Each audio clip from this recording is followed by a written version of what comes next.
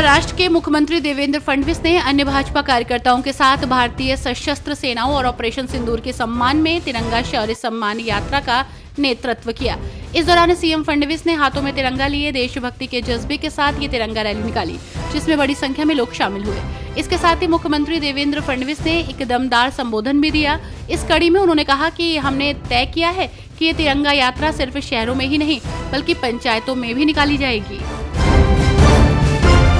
भारतीय लोकतंत्र में उत्कृष्ट संसदीय कार्य के लिए प्रतिवर्ष दिए जाने वाले प्रतिष्ठित संसद रत्न पुरस्कार 2025 की घोषणा हो गई है। वहीं आपको बता दें कि इस बार राजस्थान बीजेपी अध्यक्ष और राज्यसभा एमपी मदन राठौर को संसद रत्न पुरस्कार 2025 दिया जाएगा।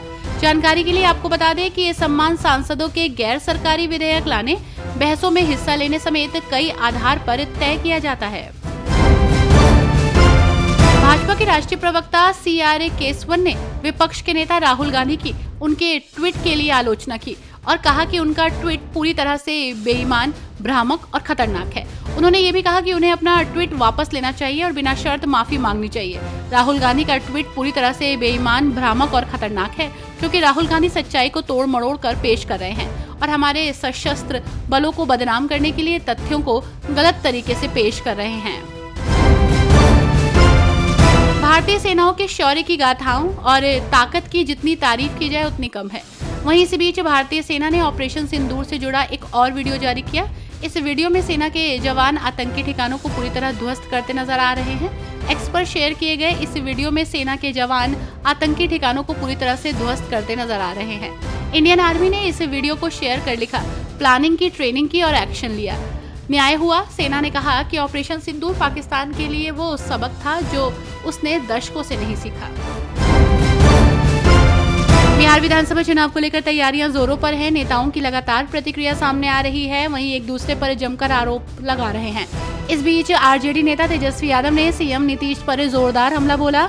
उन्होंने आरोप लगाया कि 20 साल सत्ता में रहने वाले मुख्यमंत्री नीतीश कुमार गरीबी, बेरोजगारी, पलायन और शिक्षा की बदहाली पर बात नहीं करते।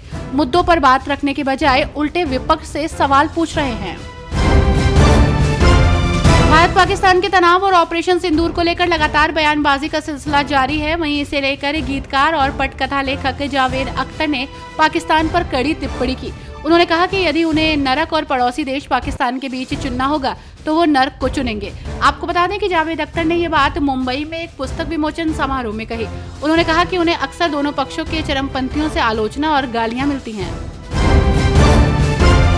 बिहार विधानसभा चुनाव को लेकर तैयारियां जोरों पर हैं। चुनावी प्रचार लगातार जारी है। केंद्रीय मंत्री चिराग पासवान ने भागलपुर में पीएम मित्र पार्क स्थापित करने का प्रस्ताव प्रधानमंत्री नरेंद्र मोदी को भेजा है। इस योजना का उद्देश्य भागलपुर के वस्त्र उद्योग को बढ़ावा देना और बुनकरों को आधुनिक तकनीक से जोड़ना है। भागलपुरी सिल्क को विश्व स्तर पर पहचान दिलाने और रोजगार के अवसर पैदा करने पर जोर दिया गया है। नागौर सांसद हनुमान बेनीवाल अपने बयान को लेकर विवादों में आ गए हैं। उन्होंने कहा कि राजस्थान के लोगों को वीरों की भूमि कहा जाता है, जो कि पूरी तरह गलत है। उन्होंने दावा किया कि राजस्थान के लोगों का देश की आजादी की लड़ाई में कोई योगदान नहीं है। हनुमान बेनीवाल का कहना है कि भगत सिंह जैसा एक भी क्रांतिकारी राजस्थान की धरती से नहीं निकला। राजस्थान के राजा तो अपनी कुर्सी बचाने के लिए मुगलों को अपनी बेटियां तक दे देते थे। भारत ने ऑपरेशन सिंदूर के बाद पाकिस्तान को बेनकाब करने के लिए 40 सांसदों का एक सर्वदलीय प्रतिनिधि मंडल बनाया है। आरजेडी सांसद मनोज झा ने इस पहल पर प्रतिक्रिया देते हुए कहा कि विदेश में सभी सांसद देश की आवाज बनेंगे। देश के बाहर आप पक्ष और विपक्ष नहीं होते, साथ ही ये सुनिश्चित करेंगे कि मित्र देश मुश्किल समय में भारत का साथ दे। 40 सांसदों का एक सर्वदलीय प्रतिनिधि मंडल को लेकर नेताओं की लगातार प्रतिक्रिया आ रही है। वहीं इसी बीच दिल्ली कांग्रेस नेता संदीप दीक्षित ने इस पर अपनी प्रतिक्रिया दी है। हालांकि संदीप दीक्षित ने अपने बयान में शशि थरूर का सीधे तौर पर नाम नहीं लिया है। कांग्रेस नेता संदीप दीक्षित ने कहा कि पहले भी हमने ऐसा किया है। महत्वपूर्ण मुद्दों पर हमेशा सभी दलों के नेताओं का समूह विदेशों में जाता है और वो जाकर वहां देश की ओर से अपनी बात रखते हैं। भारत सरकार की ओर से जो बातें या जानकारी दी जाती है उसी को प्रतिनिधिमंडल में शामिल लोग वहां जाकर रखते हैं।